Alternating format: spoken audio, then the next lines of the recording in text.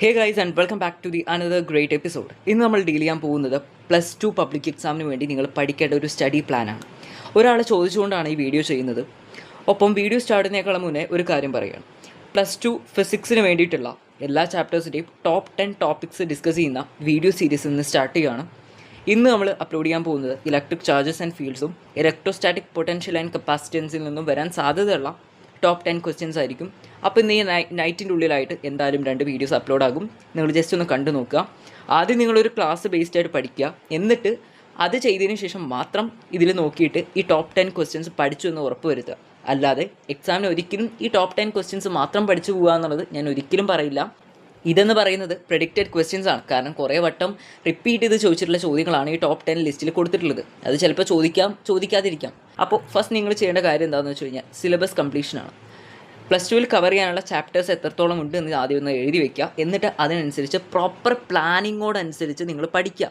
എന്നും ഒരു study plan create ചെയ്യുക, ഒരു ടൈം ടേബിൾ ക്രിയേറ്റ് ചെയ്തുകൊണ്ട് പ്രോപ്പർ സമയം കൊടുത്തുകൊണ്ട് പഠിക്കുക.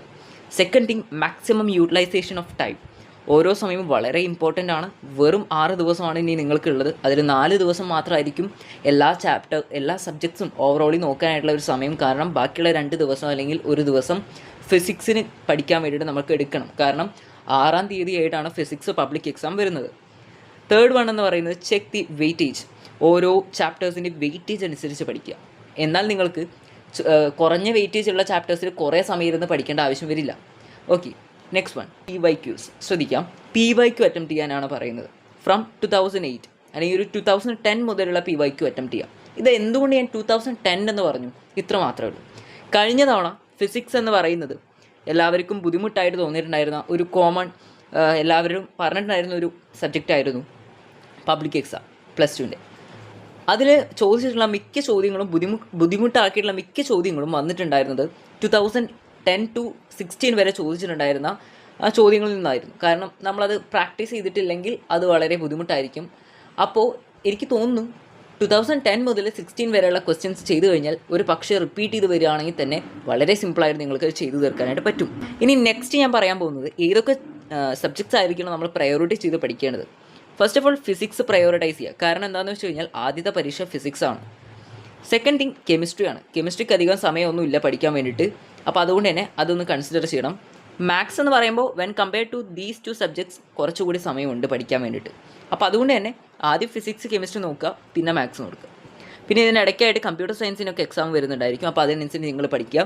പിന്നെ അതേപോലെ തന്നെ ബയോളജിക്കാരുടെ കേസ് വരികയാണെങ്കിൽ ബയോളജിക്ക് കുറച്ച് ദിവസം വരുന്നുണ്ട്. എന്നാൽ അതിൻ്റെ ഇടയ്ക്കായിട്ട് ഫിസിക്സിൻ്റെ സംതിങ് ഇമ്പ്രൂവ്മെൻറ്റ് വരുന്നുണ്ട്. അപ്പോൾ അതുകൊണ്ട് തന്നെ അതൊരു മറ്റൊരു നമ്മളെടുക്കേണ്ട ഒരു കേസാണ്, മുൻകൂട്ടി കാണേണ്ട ഒരു കാര്യമാണ്. അപ്പോൾ അതുകൊണ്ട് തന്നെ അതിനനുസരിച്ചിട്ട് പഠിച്ചു പോവുക. എന്നാൽ പോലും ബയോളജിക്ക് അത്യാവശ്യം ദിവസം പഠിക്കാനായിട്ടുണ്ട്. അപ്പോൾ നമുക്ക് ബയോളജി അധികം സ്ട്രെസ് ചെയ്തില്ലെങ്കിലും ഈ 2 സബ്ജക്റ്റ് നല്ല സ്ട്രെസ് ചെയ്തിട്ട് തന്നെ ടൈം കൺസ്യൂം ചെയ്തിട്ട് പഠിക്കുക. അപ്പോൾ ഇതൊക്കെയാണ് ഇന്നത്തെ വീഡിയോ. ഈ ഒരു പ്ലാൻ ഇഷ്ടപ്പെട്ടെന്ന് വിചാരിക്കുന്നു. ഇഷ്ടപ്പെടില്ല, നിങ്ങളിത് പ്രോപ്പറായിട്ട് പ്ലാൻ ഫോളോ ചെയ്താലാണ് പ്രോപ്പറായിട്ടുള്ളൊരു നല്ല മാർക്ക് നിങ്ങൾ വിചാരിക്കുന്നത് കിട്ടുള്ളൂ. അപ്പോൾ അതുകൊണ്ട് തന്നെ ഓൾ ദി ബെസ്റ്റ്. എല്ലാവരും പഠിക്കാനായിട്ട് സ്റ്റാർട്ട് ചെയ്തോളൂ. അപ്പോൾ നമ്മുടെ സീരീസ് സ്റ്റാർട്ട് ചെയ്യുന്നുണ്ട്. അപ്പോൾ അത് നിങ്ങൾക്ക് ആവശ്യമുണ്ടെങ്കിൽ ജസ്റ്റ് ഒന്ന് കയറിയിട്ട് നോക്കിയാൽ മതി. ഇന്ന് തന്നെ നമ്മൾ 2 ചാപ്റ്റേഴ്സിൻ്റെ ടോപ്പ് 10 ക്വസ്റ്റ്യൻസ് റിവീൽ ചെയ്യുന്നതായിരിക്കും. അപ്പോൾ അതൊന്ന് ജസ്റ്റ് ഒന്ന് റെഫർ ചെയ്യാം. Thank you.